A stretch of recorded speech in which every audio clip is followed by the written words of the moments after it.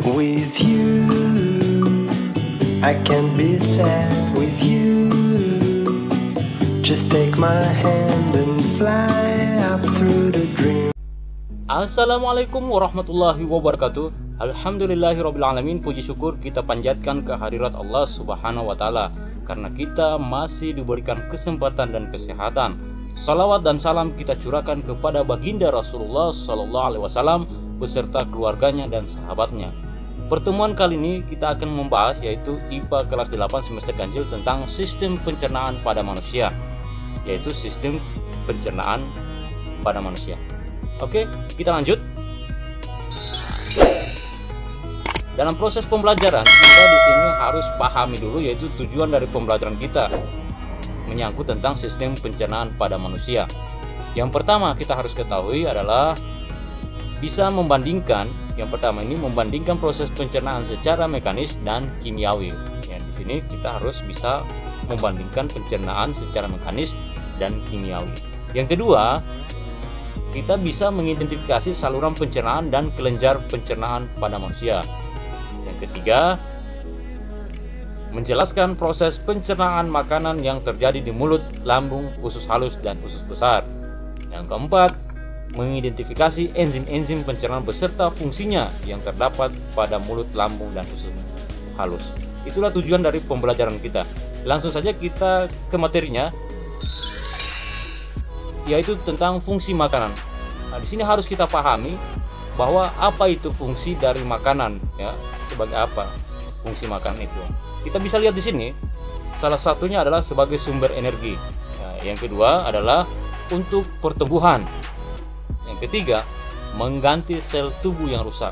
Inilah fungsi dari beberapa fungsi makanan itu sendiri.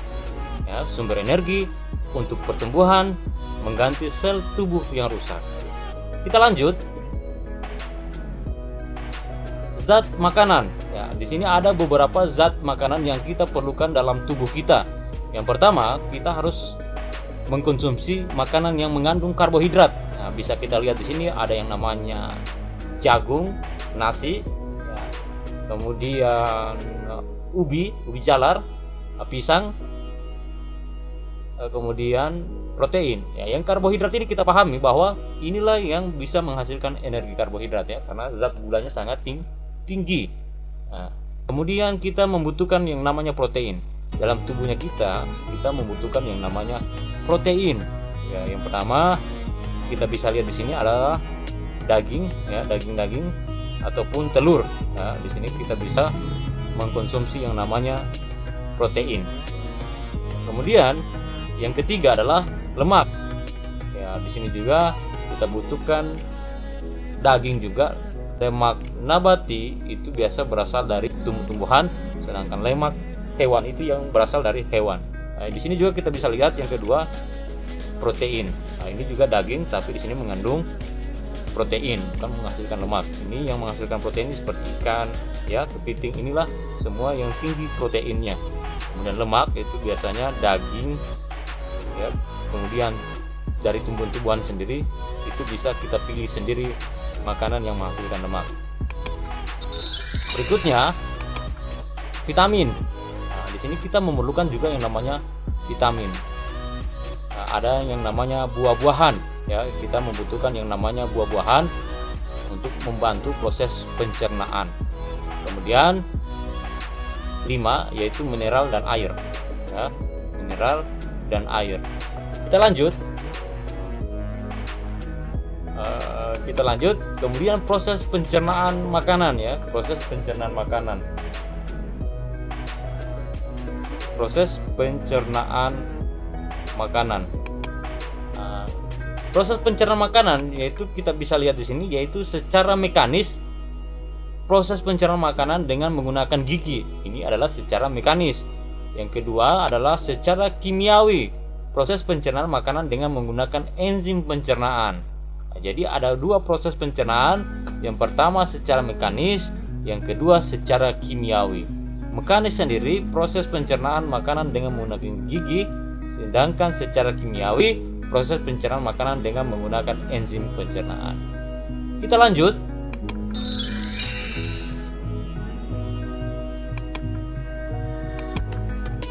Yang pertama, dalam sistem pencernaan itu ada yang namanya saluran pencernaan. Ya, saluran pencernaan bisa kita lihat di sini.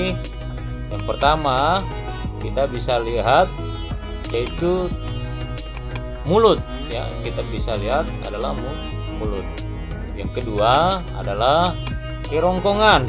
Ya, ini adalah saluran pencernaan makanan. Yang ketiga adalah lambung. Ya, yang ketiga adalah lambung. Yang keempat adalah usus halus. Ya, adalah usus halus.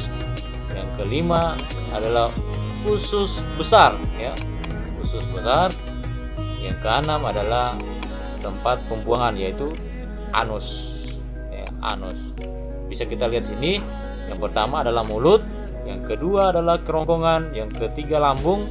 4 usus halus, 5 usus besar, 6 anus. Inilah bagian-bagian dalam sistem pencernaan. Kita lanjut. Kelenjar pencernaan. Kelenjar pencernaan. Inilah yang membantu dalam proses pencernaan makanan. Yang pertama kita bisa lihat sini kelenjar pencernaan, yaitu pada gambar di sini kita bisa lihat yaitu kelenjar ludah.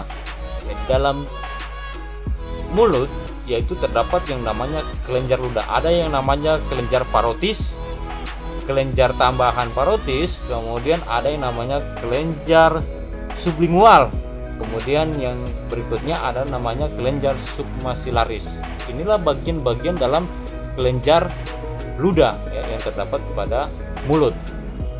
Ada yang namanya kelenjar parotis bagian belakang, kelenjar tambahan parotis bagian atas, kemudian ada yang namanya kelenjar submaxillaris ya bagian bawah, kemudian di bawah lidah itu ada kelenjar namanya kelenjar sublingual. Oke, kita lanjut. Kemudian ada yang namanya hati. Inilah bagian dalam pencernaan, ada yang namanya hati, kelenjar hati. Kemudian ada juga bagian lambung ya. Ini terdapat lambung. Kemudian ada yang namanya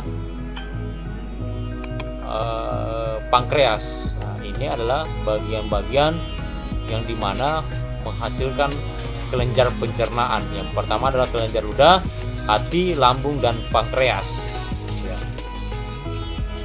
Kita lanjut. Yang pertama di sini adalah mulut. Ya, di sini kita ketahui tadi adalah urutan pencernaan makanan. Yang pertama kita ketahui adalah mulut. Ya. Di mulut kita bisa lihat ada yang pada mulut terdapat gigi, lidah, dan kelenjar ludah. Ini adalah bagian pada mulut. Kita bisa lihat sini. Nah, kemudian proses pencernaan terjadi secara mekanik dan kimiawi. Ya, terjadi di dalam mulut. Terjadi dua proses terjadi dalam. Secara mekaniknya ada, secara kimiawinya ada. Secara mekanik yaitu tadi dijelaskan seperti gigi, sedangkan kimiawi berupa enzim. Terdapat enzim petialin yang berfungsi mengubah karbohidrat menjadi glukosa. Inilah yang berfungsi dalam mengubah karbohidrat menjadi glukosa, yaitu yang terjadi pada mulut yang diubah oleh enzim petialin. Enzim petialin. Ingat baik-baik, ini adalah sering-sering dalam ujian nasional ataupun dalam lomba-lomba cerdas cermat ini sering muncul juga. Kita lanjut. Yang kedua adalah kerongkongan. Nah, di sini penting sekali kerongkongan. Bisa kita lihat gambarnya. Nah, kerongkongan sendiri panjangnya kurang lebih 20 cm. Kemudian pada pangkal kerongkongan terdapat epiglotis yang menutup saluran tenggorokan pada saat kita menelan makanan. Nah, di sini kita bisa lihat epiglotis ini ya. Epiglotis itu yang membuka dan menutup pada saluran makanan. Nah, jadi ketika kita mau makan, maka saluran pernafasan akan tertutup ya. Jadi saluran pernafasan akan tertutup sehingga dia tidak masuk ke dalam tenggorokan ya. Jadi kerongkongan dengan tenggorokan itu berbeda ya. Tenggorokan sendiri yaitu saluran pernafasan, sedangkan kerongkongan adalah saluran pencernaan. Kita bisa lihat sini, ketika kita makan maka saluran tenggorokan akan tertutup, jadi tertutup sendiri. Sehingga saluran pernafasan ini makanan tidak akan masuk ke dalam saluran pernafasan. Inilah fungsi dari epiglotis itu sendiri. Nah, ini kita lihat posisinya, masuk mulut, masuk makanan, ini akan menutup. Inilah yang disebut dengan epiglotis, ya, yang berfungsi membuka dan menutup pada saluran pernafasan maupun saluran pencernaan. Kita lanjut, dinding kerongkongan melakukan gerakan peristaltik, ya, yaitu gerakan meremas, ya, gerakan meremas menekan makanan agar makanan masuk ke lambung. Nah, ini dia, ya, biasa disebut dengan gerakan kembang kempis, ya, gerakan kembang kempis atau meramas. Jadi makanan ketika dimakan maka terjadi gerakan membantu dalam proses penelanan, ya, membantu dalam proses dia mudah masuk ke dalam lambung. Oke, kita lanjut.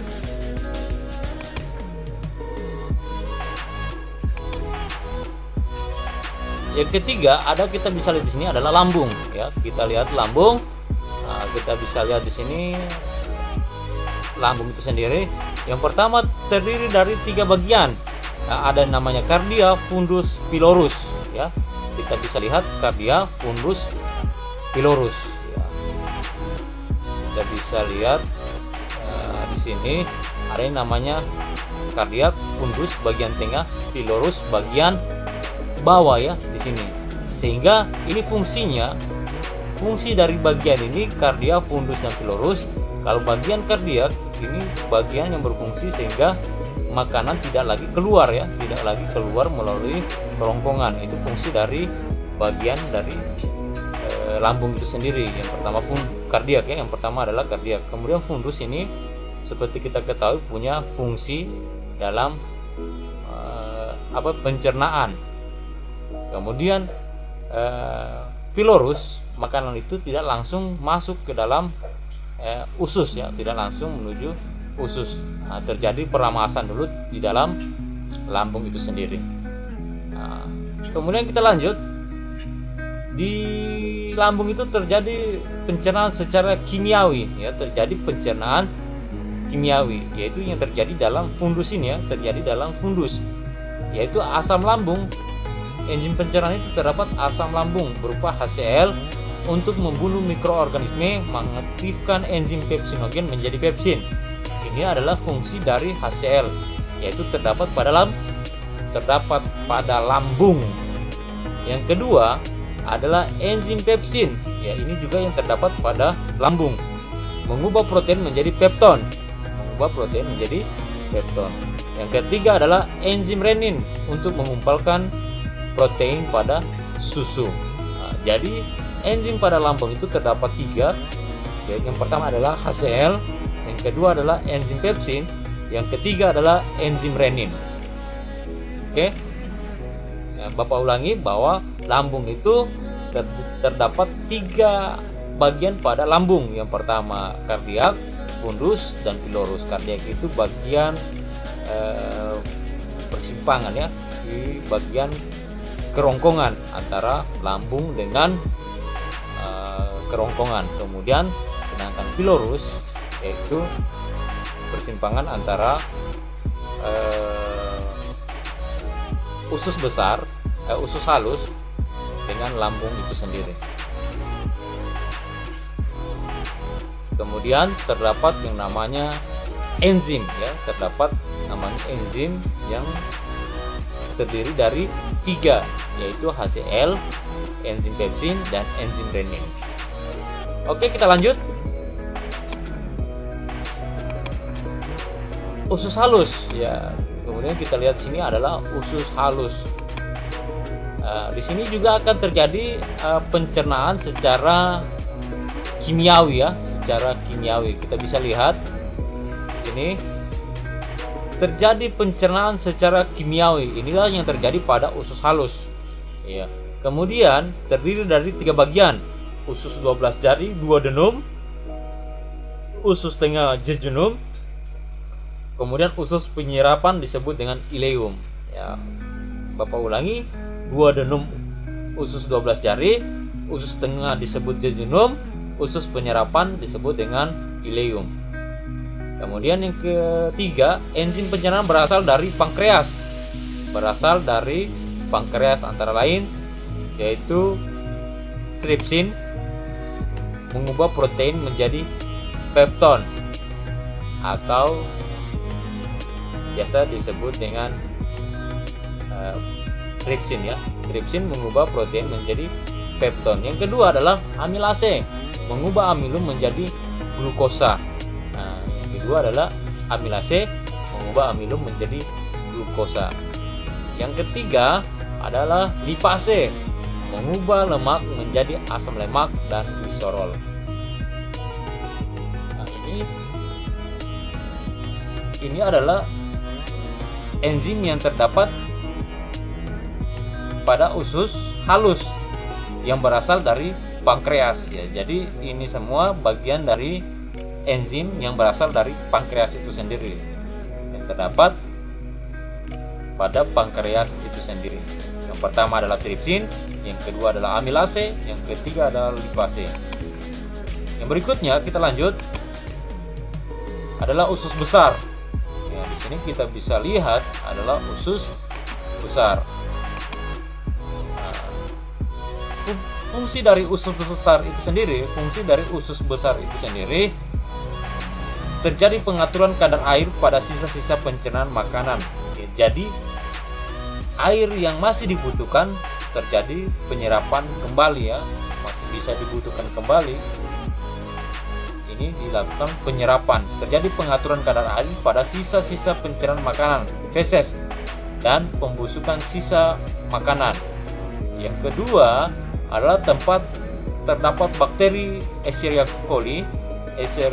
coli ya, yang berfungsi untuk membusukkan sisa makanan dan menghasilkan vitamin K.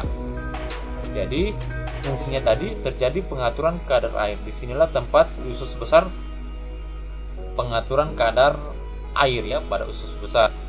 Yang kedua terdapat bakteri ini bakteri baik yang berfungsi untuk membusukkan sisa makanan. Yang ketiga yaitu menghasilkan vitamin K ya, pembentukan vitamin K. Kemudian fungsi usus besar itu untuk mengatur kadar air dan sisa makanan. Nah, seperti saya jelaskan tadi di sini, tempat penyerapan air yang masih bisa dibutuhkan diserap kembali. Kita lanjut.